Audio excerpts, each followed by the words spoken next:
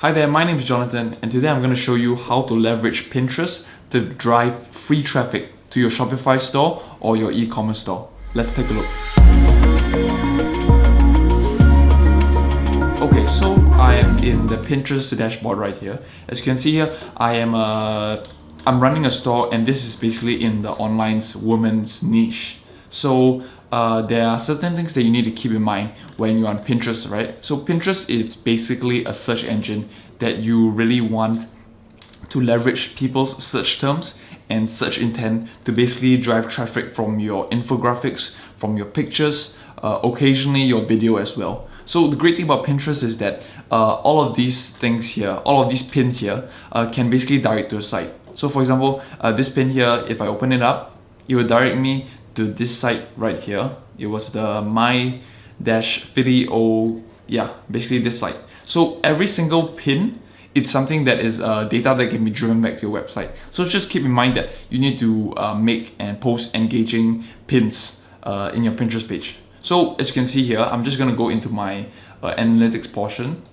And so I only started this store about a month ago. But the thing is, I am driving traffic to my website and for free. So these are the stats, the general overall stats, as you can see. And this is really just over a month's worth. And I wasn't really active on Pinterest as well. The great thing about Pinterest is that if you post something, the post is just there for 3 to 7 months, as opposed to Instagram, where it's only a few minutes where it gets its reach. Pinterest basically allows the post to be recycled into other people's feed. So even though like 3 to 7 months down the road, you may have posted it, someone would still be able to see that in their feed. So I think that's very, very important as well, because you really want to move away from spending money on advertising, right? You want to collect your pixel data first, and then you want to retarget everybody that you have basically reached. So basically Pinterest is very, very powerful, and in the sense that I only added these pins, I only added these photos into my page, and that's kind of the only downside to Pinterest, where it's at first it's very labor intensive. So as you quickly build up your audience,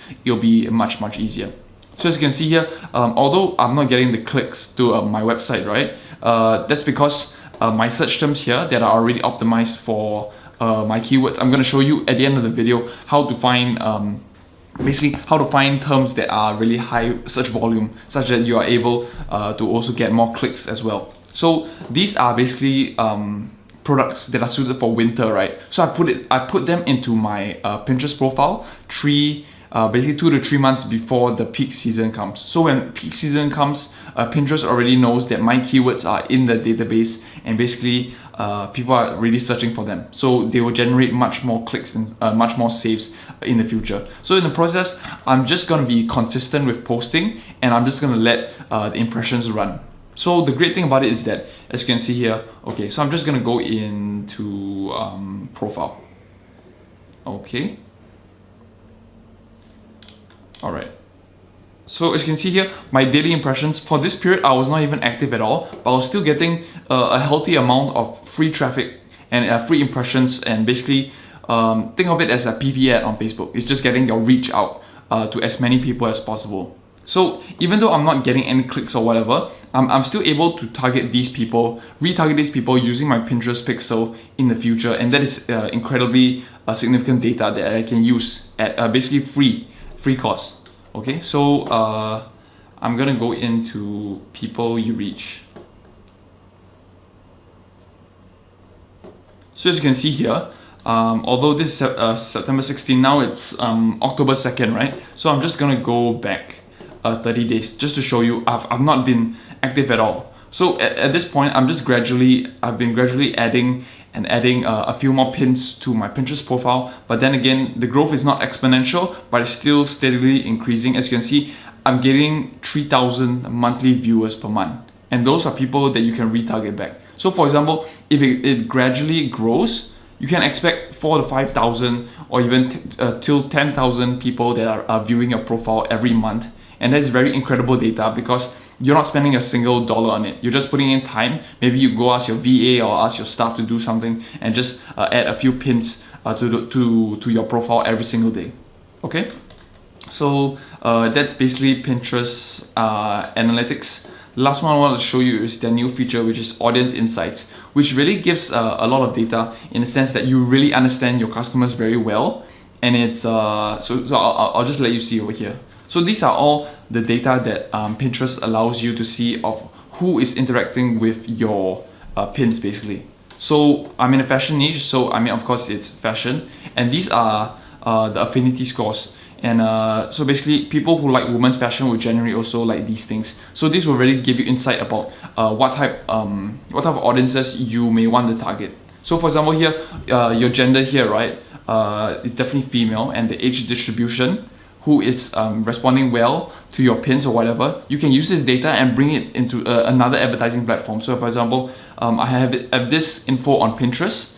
It's kind of my testing on Pinterest, and I know that because this responds well, these pins respond well to this age group, I can go target them on Facebook very effectively because I know it already responds well to the market. Okay, then there's also location as well as a device. So it's a very general audience insights. So that's how you basically leverage Pinterest for free traffic over time. So basically, how would you go about doing this, right? So for example, if you were running a Shopify store, if you're a Shopify store, it's very easy. You can just add Pinterest to one of your pins. But if you're not, you can actually add rich pins to your website. So rich pins basically allow you to show a product where, okay, I can't show you right now. But basically when you press on your pin, you can basically see your price, your product description. You basically can buy within Pinterest itself. And basically to do this, you need to first add metadata to your content on your website. So for example, your e-commerce product store has your prices, your title tag, and etc. etc. All the basic stuff basically. So if you want to add your pins to become a rich pin, you can come in over here. It's called Rich Pin Validator. You can just search it up on Google, and then so basically I actually have a website that I actually have a product. So I'm just gonna validate it, and so Pinterest will automatically run its algorithm, and basically it'll pull out all the data, all the metadata from my product page, which I've already put in. So as you can see here, I put down the price, put down the currency, product name. Yeah, so basically all of the information here will be addressed and will be shown to whoever is seeing that pin in Pinterest. Okay. Yep.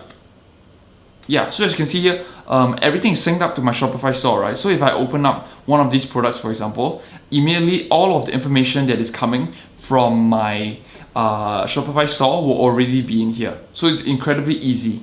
Okay, so the last thing that I'd like to show you is how to basically put in what types of products you will need to put on your Pinterest store so that you are experiencing exponential growth in the future. And the way that you do that is by using Google Trends basically. So you type in Google Trends, and so for example, if you want to add a few pins, because Pinterest, you are using keywords, right? It's basically a search engine. So you're putting in keywords to your pins that you're using, and you're using Google Trends to see what type of pins are actually worthwhile. So for example, because I know in the December time, it's winter. So I'm putting in a lot of winter clothing. So, I mean, obviously wool jacket would definitely show up in the Google Trends. There's a lot of more search volume that is happening in the Google Trends, and yeah, basically a lot of search volume. So I know definitely, even though that the momentum for my pins, my impressions and analytics at this point